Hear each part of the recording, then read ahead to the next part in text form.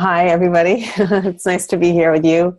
Um, I wanted to start actually with the charter itself, which I have in this little beautiful edition from Paul. And one of the points in the charter that I was involved in some of the early drafting of it, and we said that the Great Lakes are a gift and a responsibility held in common by the peoples and communities of the lakes, and must be treated as such to ensure their preservation for coming generations. And I lived in Milwaukee. I don't currently, but I lived there for quite a while, and was living there when I was working on this. And I was thinking, like, well, okay, how do you, when a community has stopped acting like a commons and stopped caring? I mean, I heard a couple people talk about that, like, things are tough in my community, and maybe some of you have been to Milwaukee. It's a city of about 800,000 people. It's historically a very industrial city, and of course, a lot of that industry has left.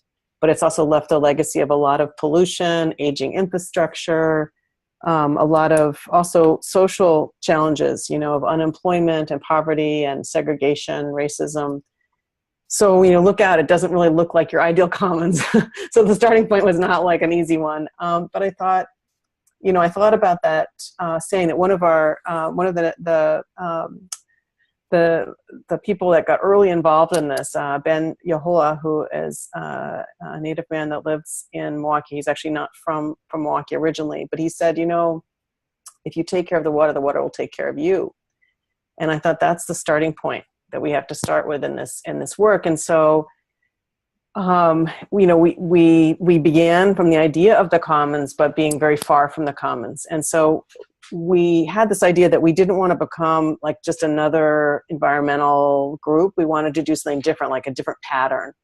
That we thought that at the core of the commons are two things. There's the water and there's the community.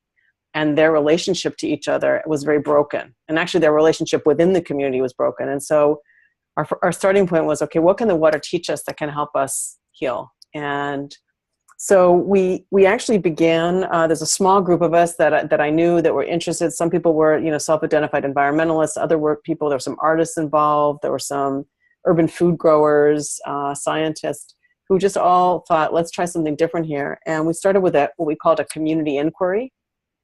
And we didn't really know exactly what we wanted to do, but at the time in Milwaukee, there was kind of a downtown business idea of Milwaukee sort of branded as this water city, but it really had no substance to it as a vision that was going to really care for the water or the community really differently. So we wanted to test different ideas and beliefs about the water. And so we created this inquiry, and I'm going to share some of these documents in a tool, like a story with some accompanying tools. So we created our own little questionnaire, and we thought, let's get way outside of the normal, usual spot. We didn't want to just talk to people that already were environmentalists or water people, but we wanted to talk to all kinds of people. So we created a list of people that were doing really different kinds of things in the city, growing food, teachers, artists, scientists, engineers, some people in law, and also from different cultural and ethnic and racial communities in the city. Because we really thought we can't just start with the same old. We have to start somewhere different. So we did this inquiry, one-on-one conversations, and we made what I think was one of the most important decisions was we start with a personal question. Instead of just your professional relationship to water, we're like, what's your personal connection to water? And people told these incredible stories, about swimming and fishing and water as solace, water as health, water as part of their family memories, water as place, water as history, water as identity. It was just so rich, and then we just asked them, some about their other connections to water. And then we had a bunch of ideas we wanted to test. Some people think that,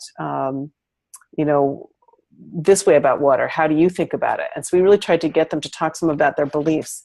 And what that process did was it did two things. One is it taught us that people were really connected to water and it mattered to them, but they also didn't really know what to do about that. It was a really deep feeling that they had about it, and people from across all walks of life and experience had that connection. They didn't know what to do with it.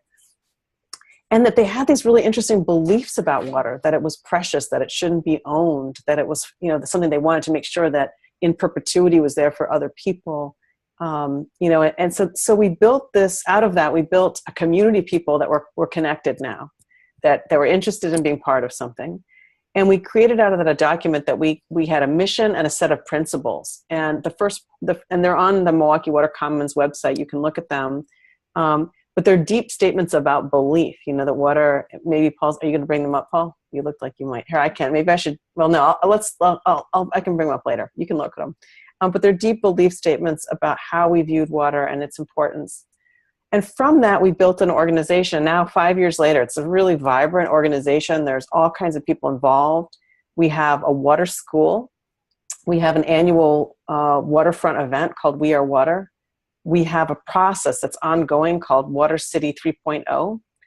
And I'm going to tell you a little bit about each of those, because sometimes what I've been thinking is, like, now 5 years later, it all seems so obvious. Like, of course these all came to be, but we didn't know what we were doing and inventing. We were just one step in front of the other. And I want to say a word about each of those things. So Water School started because we realized that there were a lot of community people, particularly outside the normal environmental community, you know, the usual anointed environmental community, that were doing really cool projects around water, that there's our website, but that they didn't get acknowledged as water leaders or having something to say or offer about water. They were doing water recapturing in their community gardens or at their school or their, you know, place of worship. They were, they were doing interesting things around water. We wanted to find a way to lift up that leadership and involvement, and we wanted to find a way to really connect more people in the community to water. So Water School was a fun way to do it. We created partnerships with 5 to 6 organizations at a time. We had involved them in a community project. We brought in artists to do fun things. You can see in some of the pictures here, we always do an art project that's, you know, around, in this case, they're fishing water bottles out of the water and turning them into something beautiful that educates about water. They all do a project, like some of them have done aquaponics projects, some of them have done rainwater capture for their gardens. In one case, they're actually doing a big cistern to capture water for a bigger garden. And we've been involving them then and getting to know each other cross community, but also so that they're also involved in the citywide conversation about water, so that, you know, we're building a bridge between the people downtown that think they're going to shape the vision for our water city and everybody else in the city that has a lot of great ideas but was not part of that conversation. And one of the ideas, we sort of stole this from the climate march. We say everyone everywhere, that you can't create a commons or you can't create a water future with a couple people downtown or even a couple great environmental groups, that it really has to be everyone everywhere. If you're a teacher, what's your part in creating the water future and the water commons? If you're an engineer, if you're a parent, if you're a artist, if you're, you know, anybody has a role to play. If you're in, you know, have a church or some kind of spiritual community, that each of those has a connection to water. So we started building Water School with that idea of engaging community groups. We always included arts because we felt like a lot of the times you hear how bad things are with the water, but we also wanted to celebrate our love of the water. And so we do a lot of art things. We have an annual event, and any of you who want to come, it's an open event in early August every year. We do it at the waterfront. It's always very multicultural. Last year we had, Paul's been to a few of these. We usually have drumming and singing. We have spoken word. We had a rap from a young person last year. We have poetry, sometimes dance. And then there's always a conclusion is, there's a group in Milwaukee called the Overpass Light Brigade, and they do these illuminated letters. And so last year they spelled out the names of the rivers and water bodies in Milwaukee in the Ojibwe, the language there, that it was that many of the names actually come from, like Kinnick, Milwaukee. And so we learned the names in Ojibwe from a native speaker there. And then we also have an illuminated, where we do something illuminated on the beach. We did one year a map of the Great Lakes with illuminated candles, which is kind of a ritual, but it also is a very beautiful art installation and just very moving to feel like it's like a dedication, art, you know, expressing our dedication and love of the water. And then the last thing I wanted to talk about is we have this project Water City, which is a ongoing process of inviting the community to be the ones that imagine the water future of the city. And we started out the project with this idea, like, well, what if Milwaukee really could be a water city? You know, it seemed crazy, this industrial city, like how could we become a water city? So we had this idea, well, what if we could?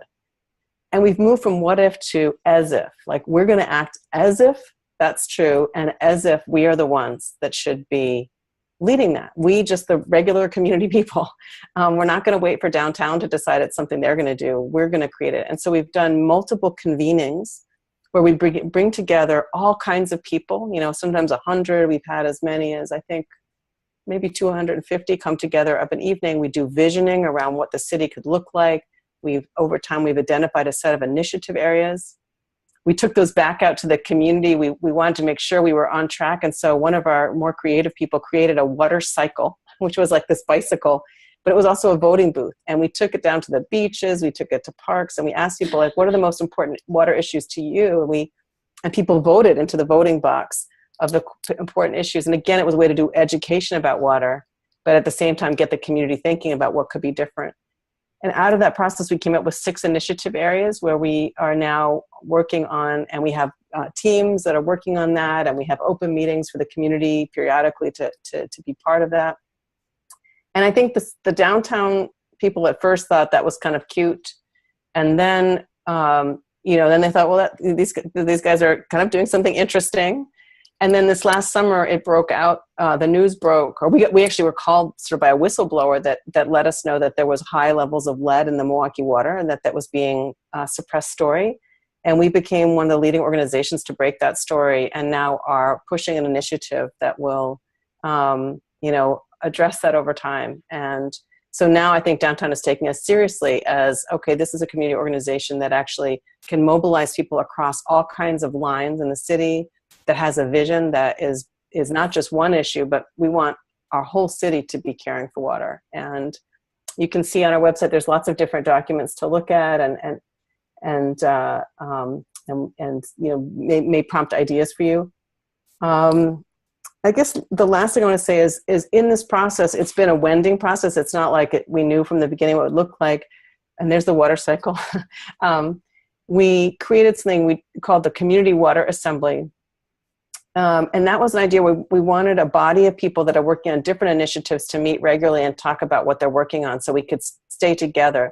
Because some people are working on water quality, other people are working on like access to recreational access, other people are working on green infrastructure and making sure that we're really capturing rainwater and not letting it run off. So there's these different things, and we thought they could get very disconnected. So we created a community water assembly, again, just us, like just a group of community people who are, creating this body. And we created 2 extra seats on it. We created not just people that are working on the initiatives, but one person that is going to speak for the voice of the water, and one that will speak for the voice of future generations. Because we feel like it's important to always have those perspectives whenever we're talking about the future of the water. So, Paul, do you think it'd be okay if I just played like 2 minutes of the video just so people could get a little visual of Milwaukee, or do we have time for that? I can't hear you. You're muted. We have 22 minutes total. Oh, okay. So maybe not. But if you go onto our website, you can take a look at it yourself. There's a video that gives you, it's like a 5-minute video about Milwaukee Water Commons. You can see. And I guess the main thing I want you to know is that we're probably one of the last places that you would have thought there would be a water movement emerging. And yet what we have found is so many people in so many corners of whether they love the water because they love to fish in it or swim in it or just look at it or drink it or care about their health or care about their kids, have gotten involved. And artists, so many artists have wanted to do projects related to it. So it's been a very hopeful experience. And I'm happy to share any more about it. There's obviously lots of different things to say, but that gives you maybe a little bit of a feeling of it.